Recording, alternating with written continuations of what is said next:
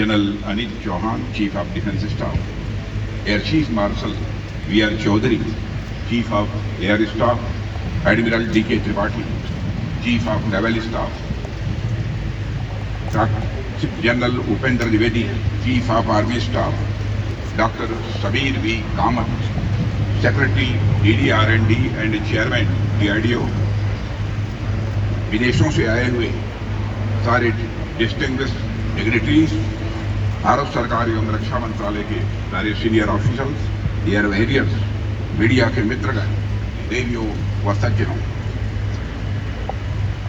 हम सब Indian air force द्वारा आयोजित मल्टीनेशनल एयर एक्सरसाइज तरंग शक्ति के भव्य आयोजन के अभी साक्षी बने हैं। मुझे बताया गया है कि लगभग 60 वर्षों बाद भारत के आसमान में इतनी बड़ी टैक्टिकल एक्सरसाइज आयोजित की गई है। सबसे पहले मैं एक्सरसाइज को कंडक्ट कराने के लिए इंडियन एयरफोर्स और इस एक्सरसाइज से जुड़े हुए सभी स्टेक होल्डर को हार्दिक बधाई देता हूं। साथियों, भारतीय वायुसेना अपनी स्थापना के समय से ही अपनी शक्ति और शौर्य के लिए जानी जाती रही है। देश को जब जरूरत पड़ी, वायुसेना ने डटकर उस परिस्थिति का सामना किया और अपनी शक्ति का प्रदर्शन करते हुए राष्ट्र का मस्तक सारे विश्व में ऊंचा किया है। एक कहावत आप सबने सुनी होगी, the more you speak in practice the less you bleed in battle. आप लोग पिछले कुछ दिनों से जो एक्सरसाइज कर रहे हैं और उसका जो प्रिसीजन मैं देख पा रहा हूं, वो बताता है कि इसके पीछे आपकी कितनी मेहनत, कितनी लगन और कितनी निष्ठा रही है। आपकी एक्सरसाइज को देखते हुए मुझे गौरव की अनुभूति होती है तथा इस बात की भी आश्वस्ति होती है कि जब भी आवश्यकता होगी आप उम्मीदों से कहीं आगे बढ़कर राष्ट्र के लिए अपना शानदार प्रदर्शन करेंगे। साथियों, तरंग शक्ति कितना अद्भुत नाम है। यह तरंग और शक्ति दोनों के अपने अपने अलग गूढ़ अर्थ होते हैं।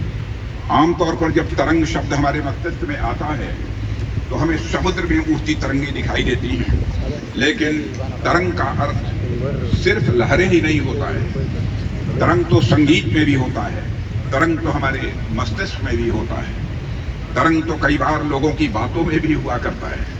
सही मायने में तरंग का अर्थ होता है एक ऐसा उतार चढ़ाव जिसे देखकर, जिसे सुनकर मन तरंगित हो उठे। इस एक्सरसाइज के दौरान हमारे और दूसरी पार्टिसिपेटिंग कंट्रीज के एयरक्राफ्ट ने हवा में जिस उतार चढ़ाव का शानदार प्रदर्शन किया है, वह सही मायने में तरंग की ही एक अभिव्यक्ति है। साथियों, इसका दूसरा शब्द है शक्ति। हम भारत के लोग शक्ति को महज पावर या फोर्स के रूप में ही नहीं देखते। हमारे लिए शक्ति केवल मानवीय गुण नहीं है, बल्कि हमारे लिए शक्ति का अर्थ साक्षात जगदम्बा भी होती है।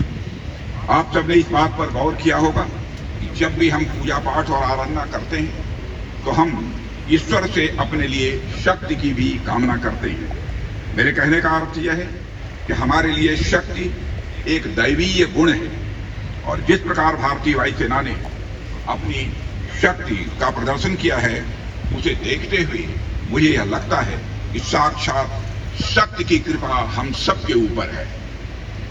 साथियों, तरंग शक्ति का जो अर्थ हुआ, यानी इलेक्ट्रॉनिक वारफेयर सिस्टम के माध्यम से मॉडर्न कम्बैट में वायु शक्ति का प्रदर्शन, उसका आप लोगों ने यहाँ उपयुक्त उदाहरण प्रस्तुत किया है। लोगों ने इंडियन एयरफोर्स का ध्येय वाकई है touch the sky with glory, और आप सभी ने सही मायने में इसके अनुरूप अपना शानदार प्रदर्शन किया है। इसलिए पुनः एक बार आप सबको मैं हार्दिक बधाई देता हूं। साथियों, मुझे बताया गया है कि तरंग शक्ति का आयोजन 2 चरणों में किया गया है। इसके प्रथम चरण का आयोजन सुलूर में किया गया, तो इसका दूसरा चरण जोधपुर में यह आयोजित हो रहा है। जब इतने बड़े स्तर पर कोई एक्सरसाइज होती है तो उसमें भाग लेने वाले देश एक दूसरे से काफी कुछ सीखते हैं। ऐसी कॉम्प्लेक्सिटी और इतने बड़े मैग्नीट्यूड पर जब कोई एक्सरसाइज होती है तो अलग अलग वर्क कल्चर, अलग अलग एयर कम्बैट एक्सपीरियंसेस तथा वार फाइटिंग प्रिंसिपल्स वाले सैनिक आपस में बहुत कुछ सीखते भी हैं। एक दूसरे से सीखने का क्या महत्व होता है, उस पर अधिक बात करने की मैं जरूरत नहीं समझता हूं। पूरे मानव सभ्यता का इतिहास उठाकर यदि आप देखें तो पाएंगे कि सीखते रहने के क्रम में ही सभ्यताओं का भी, सिविलाइजेशंस का भी विकास हुआ है। आम नागरिक हो या सेनाएं, वे या तो अपने अनुभव से सीखती हैं या फिर अपने आसपास के लोगों के अनुभव से सीखती हैं। हम हर चीज केवल अपने जीवन के अनुभव से ही सीखें, यह कोई बुद्धिमानी नहीं है। इसलिए अपने साथ के लोगों या अपने साथी राष्ट्रों से सीखना हमारी प्रोग्रेस के लिए यह अत्यंत आवश्यक है। साथियों, सेनाओं के संदर्भ में, खासकर वायुसेना के संदर्भ में तो यह बात और अधिक लागू होती है।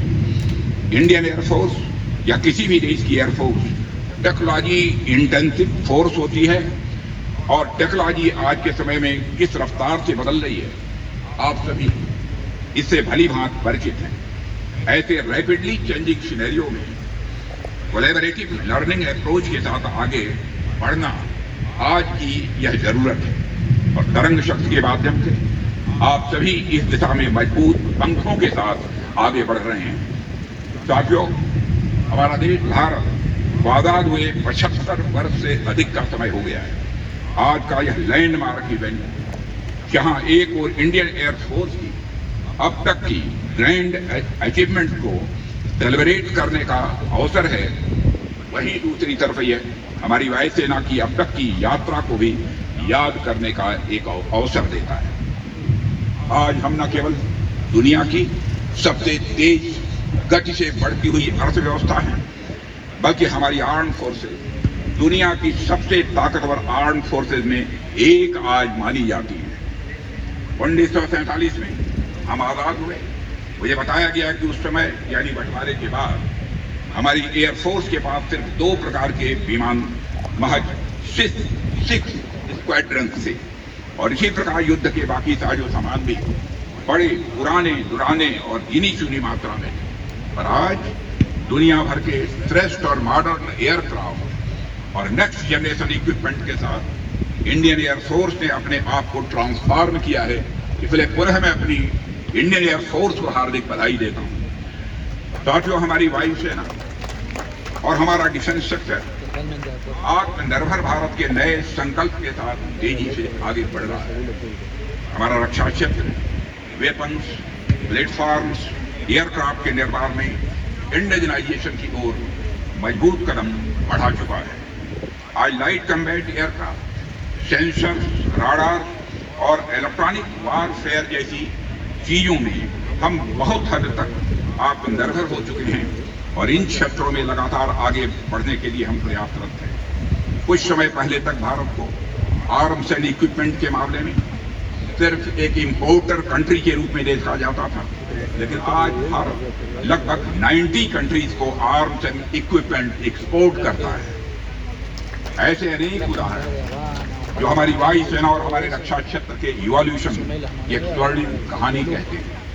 साथियों, आज जो प्रदर्शन हमारी एयरफोर्स ने किया है, उस प्रदर्शन को मैं महज एयरफोर्स के प्रदर्शन के तौर पर ही नहीं देखता हूं। जो एयरक्राफ्ट हमारी नजरों के सामने आसमान चूम रहे थे, उन्हें मैं सिर्फ एयरक्राफ्ट की उड़ान के रूप में ही नहीं देखता हूं, बल्कि मैं उन्हें इंटायर एरोस्पेस इंडस्ट्री के उड़ान के रूप में उसे मैं देखता हूं। यह जो उड़ान आज हम सब लोगों ने देखी, इसमें हमने देखा कि एक मजबूत इंजन है जो एयरक्राफ्ट को आसमान तक पहुंचा रहा है, लेकिन वास्तविकता यह है कि एयरक्राफ्ट को आसमान तक पहुंचाने के पीछे हमारे एयर बैरियर्स की डेडिकेशन के साथ साथ न जाने कितने इंजीनियर की नॉलेज लगी है, न जाने कितने साइंटिस्ट का विजन है, न जाने कितने टेक्नीशियंस की इसमें मेहनत लगी है, न जाने कितनी एकेडमिया और रिसर्चर्स की स्टडी और रिसर्च लगी है। यानी उड़ान के पीछे के असली इंजन ये सभी लोग हैं। साथियों, इंडियन एयरफोर्स रक्षा और सुरक्षा के मामले में तो पायनियर है ही, इसमें तो इनका डायरेक्ट कंट्रीब्यूशन है ही, लेकिन इनडायरेक्ट रूप से आप सब इकोनॉमी के दूसरे सेक्टर्स के लिए भी बहुत बड़ा योगदान देते हैं। इनडायरेक्टली आपके पीछे एक लंबी सप्लाई चेन जुड़ी है, जिससे देश में न सिर्फ एम्प्लॉयमेंट जनरेशन होता है बल्कि इन सब के चलते देश में साइंटिफिक टेम्परामेंट भी डेवलप होता है। इन्हीं सब का परिणाम है कि आज भारत अपनी जरूरतों के लिए डिफेंस इक्विपमेंट की मैन्युफैक्चरिंग कर रहा है, लेकिन इसके साथ ही साथ हम अनेक विदेशी इक्विपमेंट के पार्ट की मैन्युफैक्चरिंग भी अपने देश में कर रहे हैं। आपको यह भी मालूम होगा कि भारत की हिंदुस्तान एरोनॉटिक्स लिमिटेड और फ्रांस की सेफ्रॉन हेलीकॉप्टर इंजन एक ज्वाइंट वेंचर के तहत हाई पावर इंजन के डिजाइन और डेवलपमेंट पर भी काम कर रहे हैं। इस ज्वाइंट वेंचर को सफल नाम दिया गया है। मैं समझता हूं कि इसका सिर्फ नाम ही सफल नहीं है, बल्कि यह ज्वाइंट वेंचर अपने प्रयासों में भी सफल होगा और डिफेंस मैन्युफैक्चरिंग के क्षेत्र में दोनों देशों के लिए स्किल और एक्सपीरियंस को बढ़ाने में भी यह मददगार साबित होगा, ऐसा मेरा विश्वास है।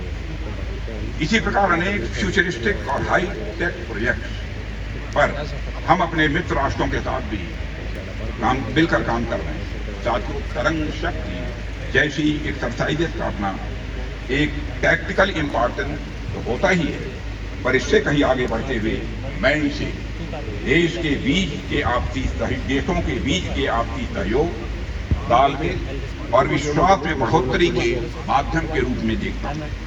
ऐसे इवेंट्स हमारे और हमारी पार्टनर कंट्रीज के बीच फेथ इनहांस करते हैं, उनके बीच यह भरोसा जगाते हैं कि जब कभी भी आवश्यकता होगी तो हम सब एक साथ खड़े रहेंगे।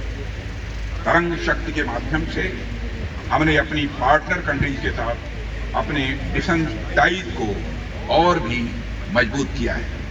साथियों, आज हमारे बीच कई सारी फ्रेंडली फॉरेन डिग्निटी भी यहाँ पर उपस्थित है। मैं उनसे यह भी कहना चाहूँगा कि आप लोग जब भारत आए हैं तो भारत की एरोस्पेस इंडस्ट्री को अच्छे से देखिए, इसका अध्ययन करिए।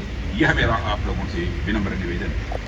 और इस एक्सरसाइज के दौरान आप सबको यह अवसर भी मिला है कि आप विजिट्स के माध्यम से इंडियन डिफेंस मैन्युफैक्चरिंग इंडस्ट्री के फर्स्ट हैंड एक्सपीरियंस को भी प्राप्त करें। ये विजिट्स आपको भारत की डिफेंस इंडस्ट्री के रैपिड ग्रोथ और भारत की प्रॉमिजिंग कैपेबिलिटी से अवगत कराएगी।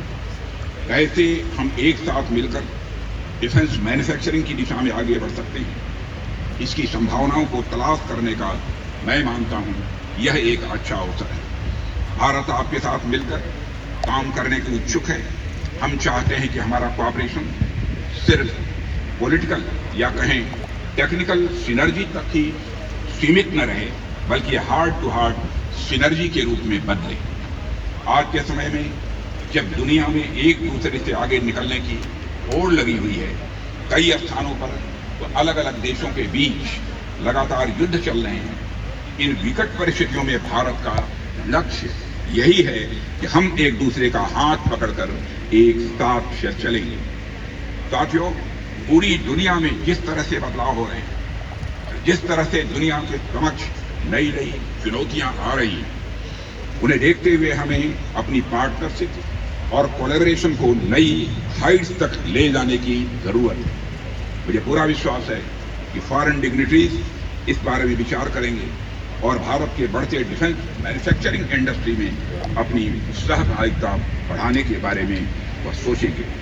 इस अवसर पर अधिक कुछ न कहते हुए मैं आप सभी को तरंग शक्ति एक्सरसाइज के सफल आयोजन पर अपनी तरफ से ढेर सारी बधाइयाँ देता हूँ और मैं आशा करता हूँ और विश्वास के साथ अपनी बात यहाँ समाप्त करना चाहता हूँ कि हम सब इसी प्रकार मिलकर भारत की ताकत को आसमान की ऊंचाइयों तक पहुंचाने के लिए प्रयासरत रहेंगे। इन्हीं शब्दों के साथ आप सबको बहुत बहुत धन्यवाद।